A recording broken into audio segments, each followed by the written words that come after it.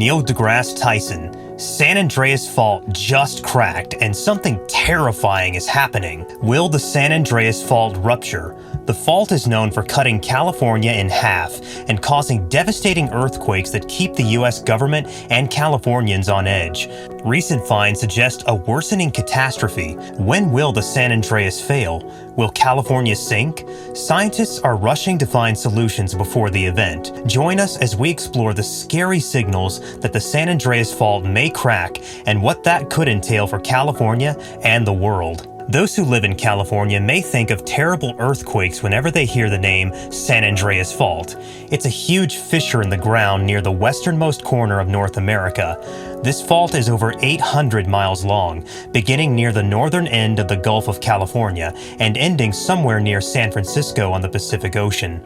The continual tectonic activity identified around its base is what makes this fault so dangerous, as it frequently causes earthquakes along its route. The devastating earthquake of 1906 is a heartbreaking example that still resonates with Americans today. Because of the increased seismic activity in the area, renowned astronomer and science communicator Neil deGrasse Tyson has voiced his concerns about the San Andreas Fault. He suggests that the fault may soon be at an elevated danger of breaking as a result of the increased seismic activity. Tyson uses his broad understanding of Earth sciences to point to indicators such as increased levels of tectonic stress and an increase in tremors ranging from mild to moderate along the fault line. He also cites other evidence. In his role as an advocate for scientific understanding and public awareness, Tyson stresses the importance of taking preventative measures to reduce the likelihood of adverse outcomes. He emphasizes the significance of investing in advanced monitoring technologies and early warning systems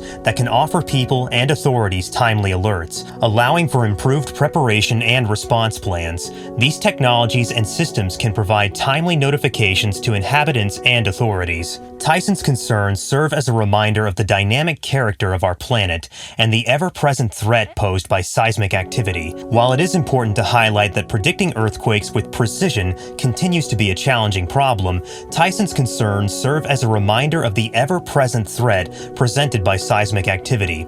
His appeal for more attention to earthquake-prone locations such as the San Andreas Fault highlights the significance of scientific investigation, preparation, and public education in the effort to lessen the potential effect of natural disasters of this kind. In his research, he cites the rising frequency and magnitude of tremors as evidence of stress accumulation in the fault. He also highlights the fact that these tremors are occurring more frequently. This observation indicates a troubling tendency that suggests the fault is going through tremendous strain and storing up energy over time. This is a cause for concern. The continual release of this built-up stress is indicated by the growing number of tremors, which may eventually result in a significant earthquake. Scientists and geologists acquire vital insights into the functioning of the fault and the possibility of an earthquake by closely monitoring and researching tremors like these. The amplitude of the tremors is a significant element, as a higher degree of stress being released is correlated to larger tremors. This information contributes to a better understanding of the stress distribution along the fault and helps in the prediction of future seismic events. The idea that tension is building up within the fault is given additional support by the fact that the frequency of tremors has been rising. The increasing frequency is suggestive that the fault is becoming more active and dynamic, with the potential for higher strain and eventual rupture as the fault continues to propagate. By recognizing and analyzing these indications, scientists are able to provide vital information that might assist communities in preparing for the possibility of earthquakes, hence improving early warning systems and contingency plans for responding to disasters.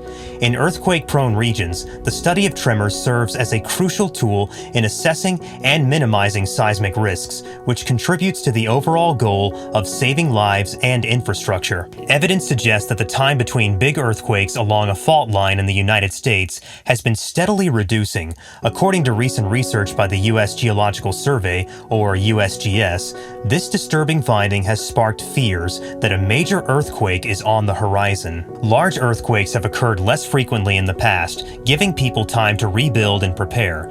Data from the U.S. Geological Survey, however, shows that the fault's behavior has altered significantly, with seismic events occurring much more frequently. The need for proactive proactive catastrophe preparation and emergency response tactics is highlighted, and this data serves as a vital reminder of that fact. It encourages governments, communities, and individuals to improve earthquake preparations such as building reinforcements, evacuation plans, and education and awareness initiatives. While accurate earthquake forecasting is still a work in progress, the USGS's latest findings underscore the importance of being alert and doing ongoing studies to better understand and lessen the impact of future seismic disasters. Communities can take steps to lessen the severity of damage from severe earthquakes if they put an emphasis on safety and preparation.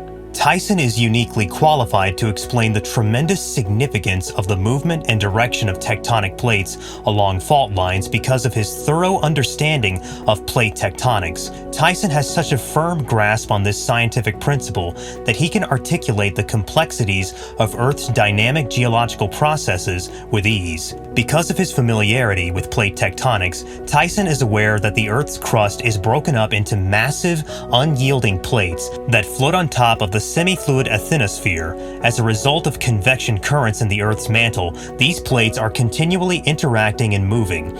Numerous geological events occur as these plates collide, separate, or slide past one another along fault lines. These shifts, as explained by Tyson, cause earthquakes, volcanoes, mountain ranges, and oceanic troughs to occur. The reshaping of continents, the transformation of landscapes, and the redistribution of natural resources are just a few of the dramatic ramifications he highlights. With his expert knowledge of plate tectonics, Tyson explains the complex relationship between the motion and orientation of tectonic plates along fault lines and their far-reaching repercussions. Tyson's prediction that the fault is due for a major earthquake is supported by historical earthquake patterns like the one seen in the 1906 San Francisco earthquake. Taking place near the San Andreas Fault, the 7.8 magnitude earthquake of 1906 caused enormous devastation and loss of life.